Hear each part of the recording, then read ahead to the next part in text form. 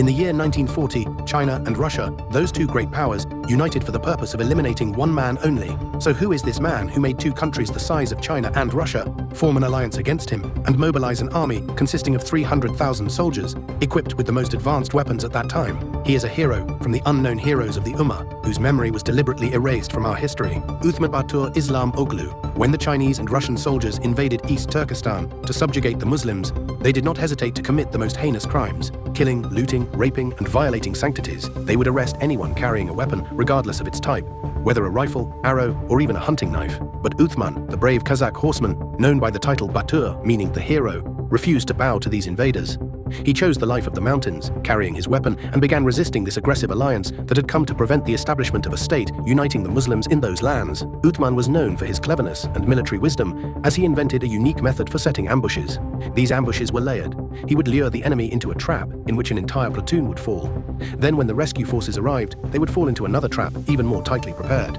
He continued this strategy until he trapped entire armies, striking fear into their hearts. Fear of ʿUthmān and his companions reached a point where Russian and Chinese soldiers began bribing their commanders just to avoid being sent to the regions where this hero and his army were fighting. In fact, the Chinese military governor was so desperate that he said, "Whoever brings me the head of ʿUthmān, alive or dead, I will give him my wife for 70 days to do with her as he pleases." But the wife fled to the Muslim camps, and there she embraced Islam after witnessing the ethics of the Islamic army. One of ʿUthmān's commanders married her, and she lived among the Muslims with honor and dignity.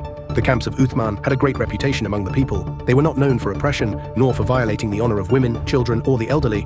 They upheld the noble Islamic ethics of warfare. The book, Knights of Turkestan, gives a vivid description of this commander. ʿUthmān Bāṭūr had a stern gaze, thick beard, long mustache, quiet movements, few words, and deep thought. He wore heavy clothing to protect him from the harsh mountain cold, and his slogan that shook the mountains was, "Allahu Akbar, Allahu Akbar." But despite all the bravery and courage he showed, he could only be captured through betrayal. One of the traitors informed the enemy forces of his location, so the Chinese forces launched a massive attack on his camp. ʿUthmān resisted with 200 mujahideen in a fierce battle, but his horse stumbled eventually, and after his weapon became unusable, he continued fighting with his dagger until he fell wounded. On April 29, 1951, ʿUthmān Bāṭūr was taken captive. He did not surrender, but faced death with dignity and majesty, chanting tahleel and takbir. His nose and ear were cut off, just as they did to Hamza ibn Abd al-Muttalib, the Lion of Allah, may Allah be pleased with him. He was executed while chanting takbir, advancing towards death with firmness.